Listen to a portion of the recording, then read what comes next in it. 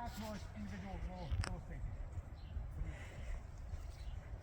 So, cutting mechanics with the Saber, Shemshir, Killage, whatever you want to call it. This is something that's very blade anatomy specific. The most effective cutting point on the Saber is right at the beginning of the curvature. Because these weapons, for the most part, rely on what's called a draw cut. If you ever tried to cut a steak or a piece of meat, knives are curved for a reason. They're steak knives. You don't sit there and hack at the meat and expect it to cut. You have to draw through it, pull through it to cut it, rock it back and forth. These are draw cutting weapons. These are not long swords or European swords where you're throwing straight shots to just cut. You have to pull through with the movement. Does that make sense?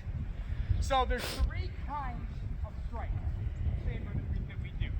There's cutting from the wrist, cutting from the elbow and the wrist, and then cutting from the shoulder. All tactically done in three different reasons in combat. So I'll show you first. Cutting from the wrist is done at the furthest distance. Furthest distance, safest, least power. Cutting from the wrist and the elbow, middle distance, medium amounts of power. Second most effective level of safety.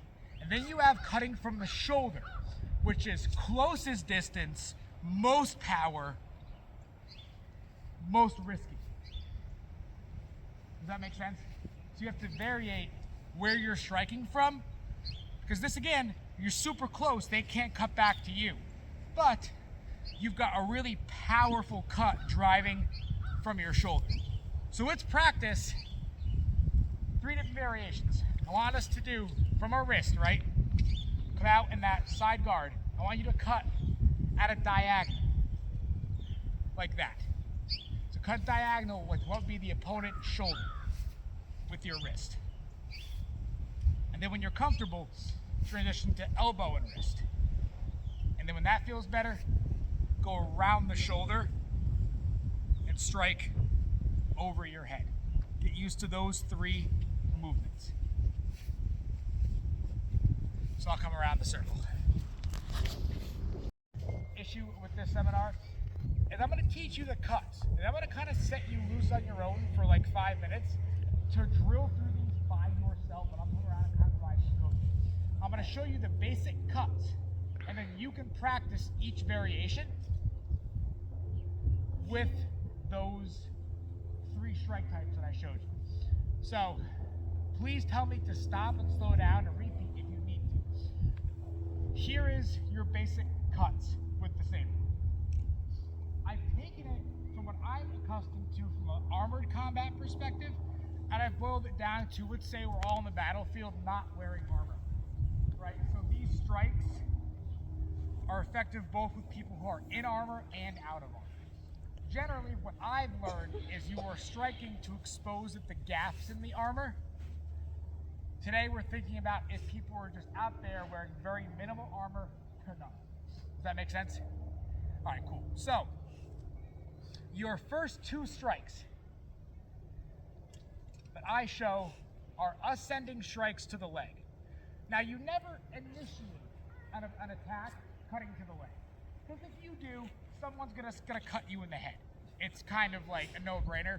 In fact, there's a German sword master that says if he's dumb enough to strike your leg, make him regret it with a cut to his head. But for the sake of this drill, we're gonna just start out with ascending cuts because it's an easier motion for the pattern. So, the first strike is going to be an ascending cut to your opponent's leg. This can either be their left or their right, depending on where they're stepping. So the first strike, if you're cutting with the wrist, for example, you bring the blade back, dip it to your side, and then strike up. So it goes ascending upwards, like that. And if you see where my blade ends, it should be ending that strike facing your opponent. Out like that. Faces your opponent. That is strike one. And strike two transitions out of one. And here's where I'm going to break it down, let you guys work through it piece by piece. After that ascending strike is done, you pull it back, and you cut ascending to the other side and end facing your opponent. So if I look at you now, it's going to look something like this. Boom, boom, boom, boom, boom, boom. This is just with my elbow and my wrist. From my wrist, it looks more like this. And then for my shoulder, it looks more like this. So I'm going to come around and just help us get that pattern. Here.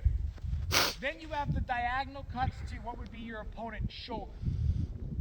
You watch me, you've just recovered up here, and now it goes diagonal down up to this shoulder. And then diagonal again to the shoulder, and then back up to your shoulder. So that looks like this. Shoulder, shoulder. These are big cross cuts, shoulder, shoulder. Or wrist cuts, shoulder, shoulder. I'm going to walk around and physically give you my shoulders as a reference point. So, my shoulders are your reference. Okay. So it's... So starting here. No, yes. starting here, because that's how I end. Just pull through. And then I go like that. Down, yep. And then I come to this shoulder. Yep, and then you draw it through to my other shoulder. Like that. Okay. I get confused for a second. It's okay. Shoulder. Shoulder. And you can bring it a little bit higher too. Okay. Because I am taller, so make sure you're actually striking a little bit further up. Not my shoulders, your shoulders. Yes. Okay. You're cutting from your shoulders to mine. Make sense? Bam. Yeah. And the more you get comfortable with the sweep. And then some partner drills. All right. So, we now have that you've cut to the neck, to the shoulders, now you have your neck cuts. Or the fun decapitating strikes, which Hollywood thinks works in one swipe. But anyway, they're still fun to do. These are the neck cuts, where after you've come down, now you strike horizontal, horizontal. So this one you can just prep starting here, here. This one's super straightforward. Yep, right across. I'm not even gonna come around and check each people individually, because that's pretty much what it is. And it changes, you know, depending on which strike. Wrist, it's this. Wrist and elbow, it's this. And then shoulder, it's that. Yeah. Bye, ponytail. It's fine. So I'm not even going to bother walking around individually because everyone's got that one. Here are your last two primary cuts. And these can be a little tricky depending on how good your coordination is. These are both cuts to the head, but they're being delivered from different sides of the body. So if you look at me, my opponent's very far away, but it's okay, we're right here. If I'm gonna strike here, now, there's one cut down to the head, and that first strike is gonna come from the right side of your body down. The other one's gonna come from the left side of your body and down.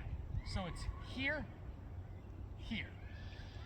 Here, here, here, here. Eventually, you can get fancy with the wrist and just do these and freak out your opponent as you walk towards you.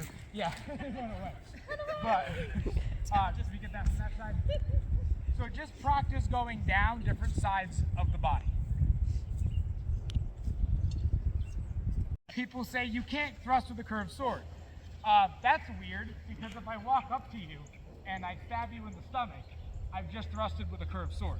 So I don't understand why people say you can't do it. It's a matter of geometry and angles to do it correctly. So there's two primary thrusts, and then there's a sneaky one that I like to show people. I'll show you guys all three of them today. Well, there's a bunch of thrusts, but these are the simplest ones. You have one thrust, which is literally, if you're on point, you just stab him in the stomach with a lunge. And the other one, you're up here, and you step forward, and you stab him in the face.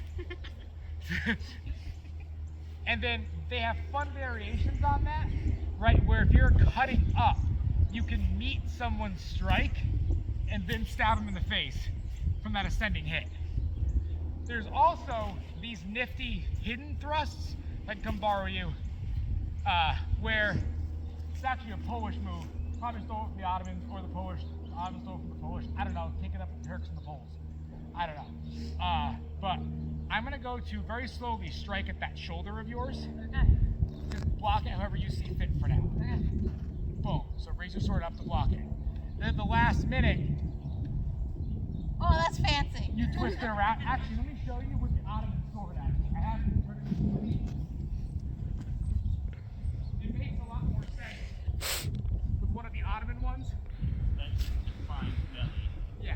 So if I go to I'm gonna do doodle now. So if I cut at your shoulder, you block it, Yep. and you come in. That's handy. Isn't it? So Big belly blades for a reason. yeah, I'll hand you the Turks. You did something good. All right. So you go off, break off on your own, and practice those cuts by yourself in the thrusts. I'll show you the motion, the drilling sequence for you.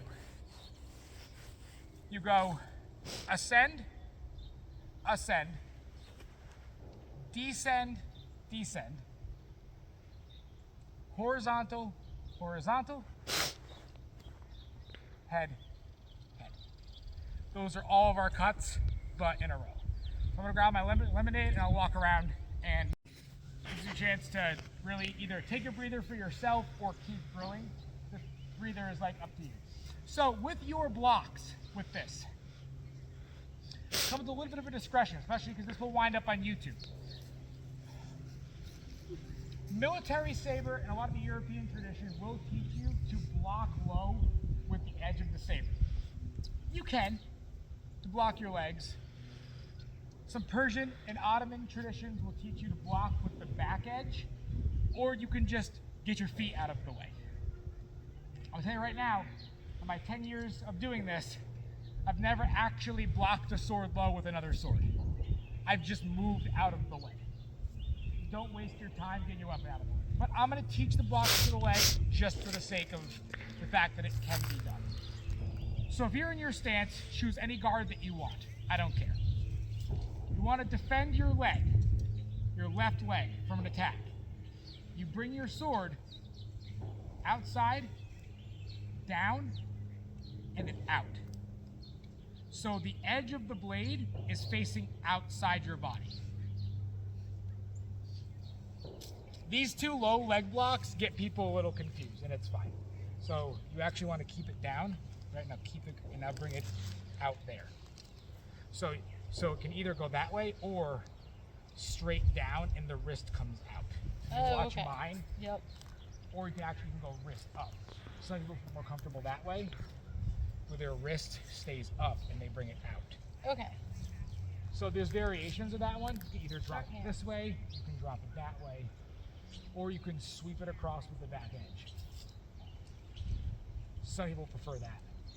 If I'm coming down to your leg, Yep. bring your sword back up. You can just sweep it, catch it, sweep it out of the way. You mean hand-eye Yeah, coordination? there you go. And then it feels better, just do it with the edge. Yep. So that's one leg, and the other leg is outside this way. Okay. No, that was a fail. It's okay. Legs are a pain, which is why I say just move. So, No, I went up. Yeah, show me. okay. So the leg becomes that, defend the leg, Uh-huh. and then the other leg out. Okay. Yeah. Okay. So if I'm here, I just kind of go there. Yeah, you sweep it out. Okay. I was trying to be too fancy. Got it? Yep. Alright. Okay. Got your leg. That's how you defend your neck and your shoulders. They're very, very similar guards. Very, very similar. You want to defend your shoulders from being struck. You create a window that looks like this. So if you see me from behind, that's what your window looks like. That's a block to your shoulder. This is a block to your shoulder. You create those nice big windows. holy crap, you're all almost getting it. This usually takes me like a million years to figure out. All right, so with your window, you almost. Hit me.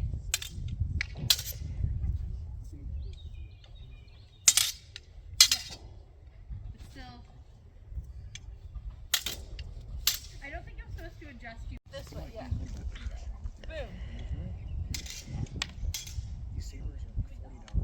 This trainers just cost off getting the Saber. I'm doing the same thing. I gotta. Yeah. The good thing is, I'm still trying to figure out how you're going to do this one. Gonna help. advance towards your opponent. Not when you do this.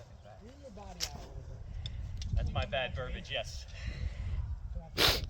Leaning your body out Oh, okay. All right. gives it some more. Yeah. The same damn thing.